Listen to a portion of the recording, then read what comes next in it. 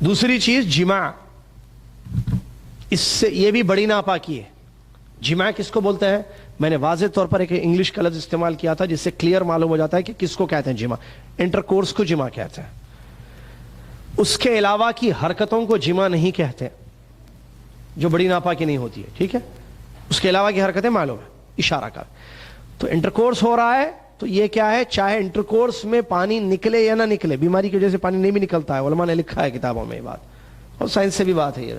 تو inter course صرف ہو جاتا ہے تو بڑی ناپاکی ہو جائے گی، ختم، چاہے کچھ نکلے یا نہ نکلے، ڈسچارج ہو یا نہ ہو کچھ، ٹھیک ہے؟ کیا ہو جاتا ہے؟ بڑی ناپاکی ہو گئی۔ اب آپ کو بڑی پاکی کیا ہے؟ غسل کرنا پڑے گا، سمجھ میں آ رہا ہے؟ اس کے علاوہ کی حرکتوں سے دیکھا جائے گا کیا ہو رہا ہے۔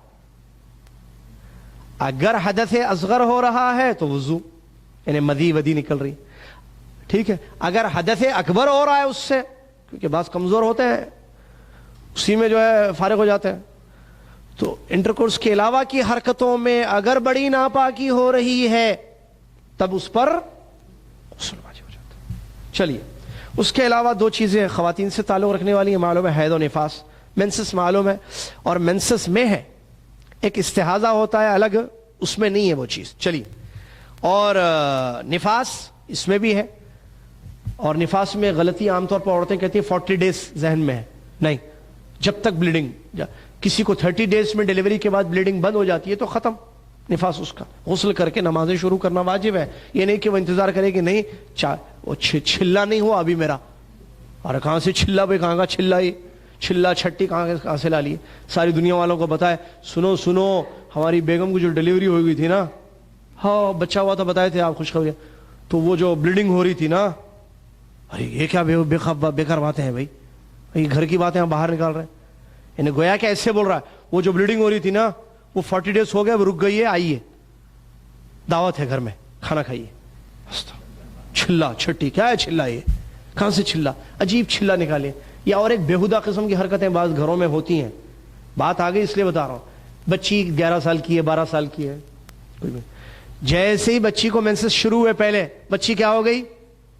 میچورڈ، بالغ ہوتے پارٹی، دعوت، سب تحفے، ہاں ماشاءاللہ آپ کی بچی بالغ ہو گئی، کہاں سے لائے بھائی؟ سب کو بول رہے ہیں ہماری بچی جو ہے بالغ ہو گئی۔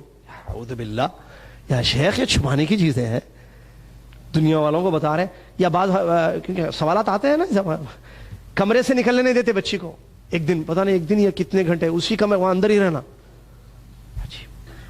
کیا بےہودے۔ ہم مسلمان ہیں آخر، ہم لوگ مسلمان ہیں، اسلام جو بولتا ہے وہ کرو، یہ غیر اسلامی کہاں سے چیزیں نعوذ باللہ من ذالک لے کر آ گئے ہم لوگ۔ چلیے، تو یہ بہت غلط ہے، اس میں کوئی شک نہیں۔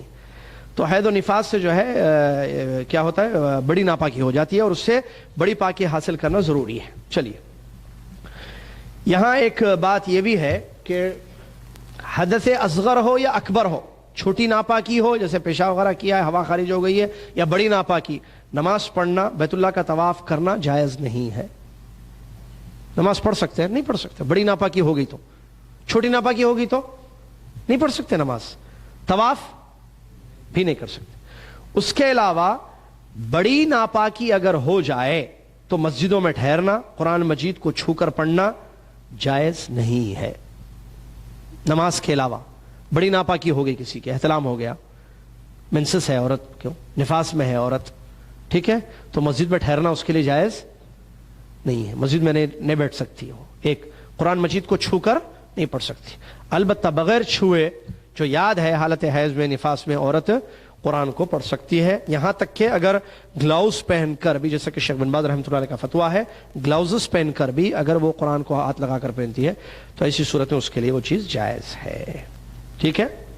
تو یہ تھا حدث اصغر اور اکبر۔ اس کے بعد ہے وضو کا بیان۔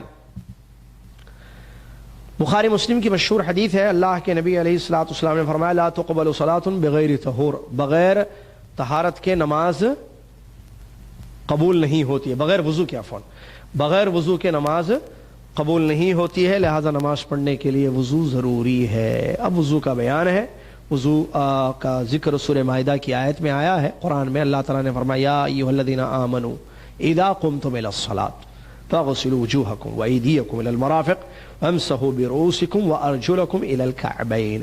اے وہ لوگوں جو ایمان لائے ہو، جب تم نماز پڑھنے کا ارادہ کرو، نماز پڑھنے کے لیے کھڑے ہو یا نماز پڑھنے کا ارادہ کرو، مراد یہ ہے، تو تم اپنے چہروں کو دھو، اپنے ہاتھوں کو کوہنیوں تک دھو، سر کا مسح کرو اور پیروں کو ٹخنوں تک دھو.